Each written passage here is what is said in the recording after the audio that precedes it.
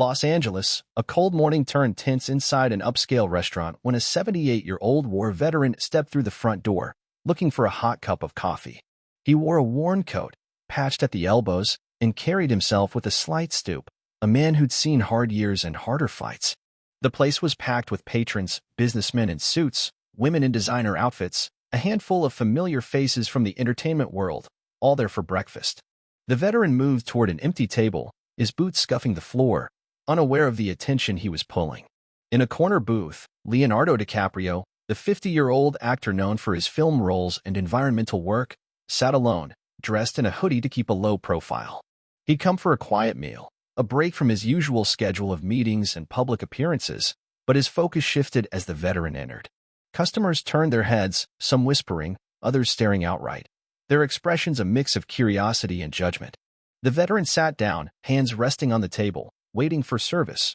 while the room's atmosphere grew heavier. The maître d', a man in a sharp suit with a mustache, spotted him from across the floor and started walking over, his posture stiffening with every step. Waiters paused mid-stride, trays in hand, sensing something was off. Leonardo DiCaprio set his fork down, his eyes fixed on the veteran, then flicking to the maître d' as the man closed in. The veteran had fought in a war decades ago, serving a country that often overlooked men like him once the battles ended. Now, he lived on a modest pension, scraping by, not asking for much, just a warm drink to take the edge off the chill outside. But here, in this room full of wealth and status, his presence stuck out, and not everyone was willing to let it slide. The maître d' stopped a few feet from the veteran's table, arms crossed, looking him up and down like he was sizing up a problem that didn't belong. Customers nearby leaned in, some pretending not to watch, others not bothering to hide their interest. The veteran glanced up, meeting the maître d's gaze,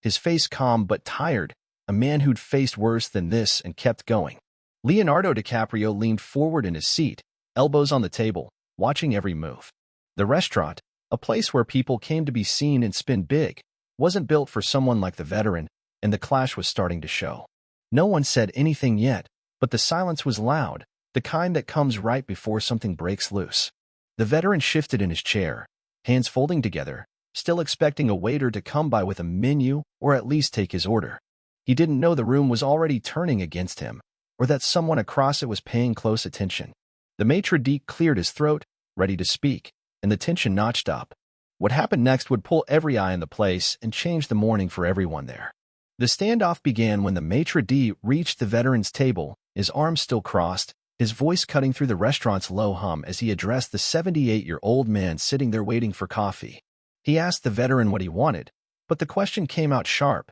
laced with an edge that made it clear he wasn't expecting an answer that fit the place. The veteran looked up from his seat, hands resting on the table, and said he just wanted a hot coffee, his tone steady, polite, the kind of voice that carried years of keeping calm under pressure. The maître d' raised an eyebrow, letting out a short laugh that drew glances from nearby tables, then told the veteran this wasn't a diner, that they served full meals here, not just drinks, implying the old man had walked into the wrong spot altogether. Customers shifted in their seats, some smirking, others looking away, but no one spoke up as the exchange unfolded in the middle of the room. The veteran nodded slightly, absorbing the words, then said he'd pay for the coffee, that he wasn't asking for anything free, just something warm because it was cold outside. His response hung there, simple and direct, but the maître d' didn't budge, instead stepping closer and saying the restaurant had a certain standard, that they couldn't just serve anyone who walked in off the street. The veteran's jaw tightened,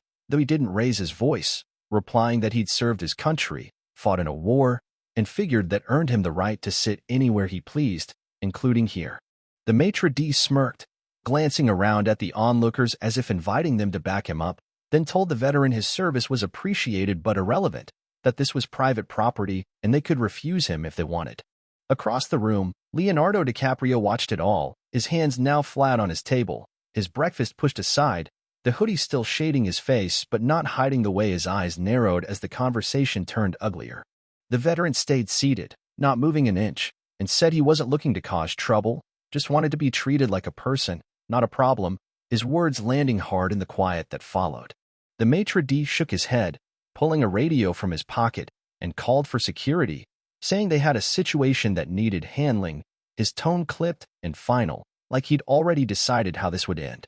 Two guards in dark uniforms started moving from the entrance, weaving through tables, their footsteps loud against the floor as they closed in on the veteran's spot. Customers whispered to each other now, some pulling out phones, others craning their necks, the room splitting between those who saw a show and those who saw something wrong but stayed silent. The veteran looked at the approaching guards, then back at the maître d', asking if they were really going to throw him out over a cup of coffee, his voice still even but carrying a weight that made a few people shift uncomfortably. The maître d' didn't answer, just stepped back and gestured for the guards to take over, telling them to escort the man out, keep it quick and clean, his words loud enough for half the restaurant to hear. The guard stopped a few feet from the veteran, one reaching out like he might grab an arm, when Leonardo DiCaprio stood up, pushing his chair back with a scrape that cut through the noise. He pulled off his hoodie, letting it drop onto the table, and walked toward the veteran's table, every eye in the place following him as recognition rippled through the crowd. He stopped between the guards and the veteran, crossing his arms, and asked the maître d' what he thought he was doing, his voice low but firm, carrying an authority that froze the guards in their tracks. The maître d' stammered, caught off guard, saying he didn't realize Leonardo DiCaprio was here, that it was just a misunderstanding, but Leonardo cut him off, asking why a man who fought for the country couldn't get a coffee without being humiliated in front of everyone. The room went still, phones now raised, filming, as the veteran sat there, looking from Leonardo to the maître d', his expression unreadable but his hands steady on the table, waiting to see what came next. The tension in the restaurant thickened as Leonardo DiCaprio stood between the veteran and the two security guards, his presence shifting the entire scene from a quiet eviction to a public standoff that nobody could ignore. Customers lowered their forks, some holding phones steady to capture every word, while waiters hovered near the edges of the room, unsure whether to step in or back off. The maître d' adjusted his tie, his face flushing as he tried to explain himself, saying he was only maintaining the restaurant's rules, that they had to keep a certain level of order for everyone's sake. His voice stumbling over itself now that Leonardo DiCaprio was involved. Leonardo didn't let him finish, asking how kicking out a man who'd served his country counted as order, his tone sharp enough to make the guards exchange glances and ease back a step. The veteran stayed seated, hands still folded on the table, watching the exchange with a calm that stood out against the growing unrest around him, though his eyes flicked between Leonardo and the maître d', as if gauging where this was headed. The maître d' tried again, saying he didn't mean any disrespect, that it was about policy, not personal feelings, but his words sounded weaker now, drowned out by the murmur of patrons who were starting to take sides. Leonardo turned to the veteran and asked if he was okay, if he still wanted that coffee, his voice softening just enough to show he wasn't here to escalate but to fix what was happening. The veteran nodded, saying he'd appreciate it, that he hadn't come to make a scene, just to sit and warm up, his response steady and plain, cutting through the maître d's excuses. Leonardo looked back at the maître d' and told him to get the man his coffee, that he'd cover it himself, and to do it now before this got any worse, his words landing like an order nobody dared question. The maître d' hesitated, then signaled a waiter, muttering something about bringing a coffee, his authority unraveling as customers began whispering louder, some nodding approval, others shaking their heads at how it had all gone down. The guards stepped back fully now, retreating toward the entrance, their role in this over as soon as Leonardo stepped in. The waiter hurried over with a steaming cup, setting it in front of the veteran, who thanked him quietly and wrapped his hands around it, the first sign of relief crossing his face since he'd walked in. Leonardo didn't sit yet, instead turning to the room and raising his voice just enough to be heard by everyone, asking if this was how they treated people who'd given everything for them, his question hanging there, unanswered but heavy, making a few patrons shift in their seats and look down at their plates. The maître d' tried to regain control, saying they'd sorted out, that there was no need for this to blow up, but Leonardo cut him off again, asking what kind of sorting out involved humiliating a man in front of a crowd, his stare locking on the maître d', until the man's hands dropped to his sides, defenseless. The veteran took a sip of the coffee, then looked up at Leonardo and said he didn't need anyone fighting his battles, that he'd been through worse and come out fine, but he appreciated the help, his voice low but firm, showing he wasn't just a bystander in his own story. Leonardo nodded, saying he wasn't fighting for him, just making sure people saw him, that it mattered who he was and what he'd done, his words aimed as much at the room as at the veteran himself. Customers started talking among themselves now, some agreeing with Leonardo, others muttering that the restaurant had a right to choose who stayed, the divide splitting the place wide open. A woman at a nearby table stood up, saying she'd seen enough, that she was ashamed to be eating here while this happened, her voice loud enough to draw nods from a few others who clapped lightly in support. The maître d' backed away toward the counter, pulling out his radio again, this time calling for the manager, saying they had a problem he couldn't handle alone, his tone frantic as the situation slipped further out of his grip. Leonardo pulled out the chair across from the veteran and sat down, ignoring the chaos starting to swirl, his focus on the man in front of him as if the rest of the room didn't exist anymore. The restaurant buzzed with uneven energy as Leonardo DiCaprio sat across from the veteran, the coffee cup between them now a quiet anchor in a room splitting apart at the seams. Customers filmed with their phones, some standing to get a better angle, while others huddled in hushed debates about what they just witnessed, their voices overlapping into a low roar that filled the space. The veteran took another sip, his hand steady around the mug, then set it down and looked at Leonardo, asking why he'd stepped in, why a man like him cared about someone nobody else bothered to notice, his tone curious but not accusing, just wanting to understand. Leonardo leaned forward, elbows on the table, and said it wasn't right, that he'd seen the veteran walk in asking for nothing but a drink and get treated like he'd done something wrong, his voice carrying a mix of frustration and conviction that made the veteran nod slowly in response. The maître d' lingered near the counter, radio in hand, talking fast to someone on the other end, his words lost in the noise but his face tight with worry as he kept glancing back at the table where the two men sat. A manager emerged from a side door, a woman in her 50s with a clipboard and a frown, moving toward the maître d' to get a rundown, her eyes scanning the room as she took in the phones, the stairs, and Leonardo DiCaprio sitting there like he owned the moment. She approached the table, stopping a few feet away, and said she was sorry for the mix-up, that they didn't mean to upset anyone, her voice loud enough to carry over the chatter, trying to smooth things out before it spiraled further. Leonardo looked up at her and asked if this was how they handled every customer who didn't fit their profile, if they always called security on people who just wanted to sit down. His question pointed and unanswered as she fumbled for a reply, saying it was a misunderstanding, that they'd make it right. The veteran spoke up then, saying he didn't need anything made right, that he'd gotten his coffee now and that was enough, but he hoped they'd think twice before doing this to someone else, his words calm but firm, cutting through the manager's excuses and drawing a few murmurs of agreement from nearby tables. Leonardo nodded at him, then turned back to the manager and told her to take a good look at the man across from him, that he'd fought in a war so she could run a place like this, and asked if that didn't mean anything here, his voice rising just enough to make her step back and clasp her clipboard tighter. Customers started reacting louder now, some clapped. Others argued back, one man in a suit saying it was their business, their rules, and they didn't have to serve anyone.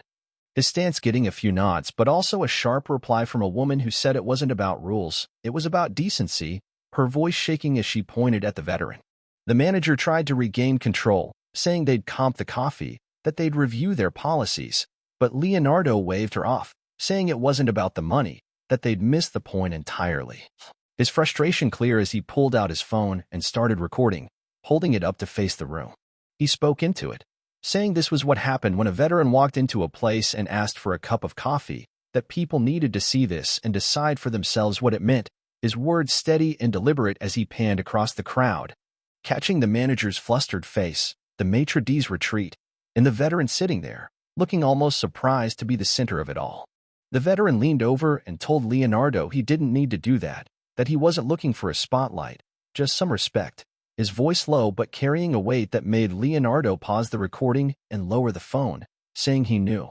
But sometimes people had to be shown what respect looked like, his response quiet but resolute. The room erupted then, more applause, some boos, a few people walking out, others crowding closer, the divide turning into a shouting match as the manager called for quiet and got none, her authority drowned out by a scene she couldn't contain anymore. The restaurant had become a battleground of voices as Leonardo DiCaprio stopped recording and slipped his phone back into his pocket, the video already uploaded for the world to see, though he stayed focused on the veteran sitting across from him, ignoring the chaos swelling around them. Customers were on their feet now, some cheering, others yelling at each other, a few heading for the door while tossing cash on tables, their meals abandoned in the uproar that followed the standoff. The veteran finished his coffee, setting the empty mug down with a soft clink, then looked at Leonardo and said he hadn't expected all this, that he just wanted a quiet moment, not a fight.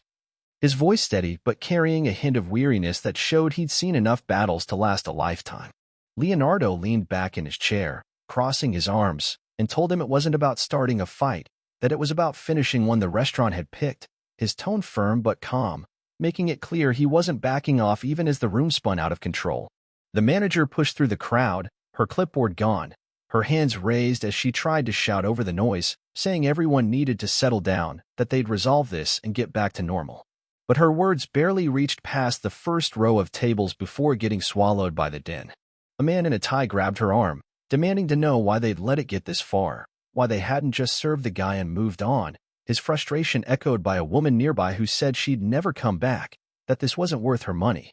Her voice sharp as she pointed at the veteran like he'd proven something bigger than himself. Leonardo turned to the veteran and asked what he'd done after the war, what his life had been like since, his question cutting through the shouting as if the rest of the place didn't matter, drawing the old man's attention back to the table. The veteran folded his hands, saying he'd worked odd jobs, raised a family, lost his wife a few years back, that he got by on his pension now and didn't ask for much, his answer simple but heavy, laying out a life that didn't need embellishment to hit hard. Leonardo nodded, saying that was more than most people here could claim, that it should have been enough to earn him a seat anywhere, his words loud enough for nearby customers to hear, some quieting down to listen, others still arguing over who was right. The maître d' reappeared, trailing the manager, and tried to apologize, saying he'd misjudged the situation, that he was sorry to the veteran and to Leonardo, his voice shaky as he glanced at the phone still filming him, but the veteran cut him off, saying he accepted it but wanted him to mean it next time, not just say it because he had to, his stare holding the maître d' until the man nodded and backed away again. The manager stepped forward, offering the veteran a free meal, saying they'd cover anything he wanted, her tone desperate now as she tried to salvage what was left of the restaurant's reputation, but the veteran shook his head, saying he didn't need handouts, that the coffee was fine and he'd paid his way in life, his refusal silencing her as Leonardo gave him a small nod of respect. Customers started approaching the table, then two women shaking the veteran's hand, a man offering to buy him lunch somewhere else, their support growing louder as others joined in, drowning out the few still grumbling about private rights. Leonardo stood up, pulling his hoodie back on, and told the veteran he'd walk him out whenever he was ready, that he didn't have to sit here and take the circus anymore, his offer casual but solid, showing he wasn't leaving him alone in this. The veteran stood too, saying he was good to go, that he appreciated what Leonardo had done, his voice carrying a quiet strength as he grabbed his coat and started for the door, Leonardo beside him. The crowd parted, some clapping, others filming, a few shouting encouragement as they passed, the noise following them outside where people were already talking about the video blowing up online, thousands of views turning into millions. Comments flooding in about respect, dignity, and what it meant to stand up. The veteran paused, looking back at the place, then at Leonardo, and said he'd never forget this, not because of the fuss, but because someone saw him, his words landing as the final note of a morning that changed more than just his day.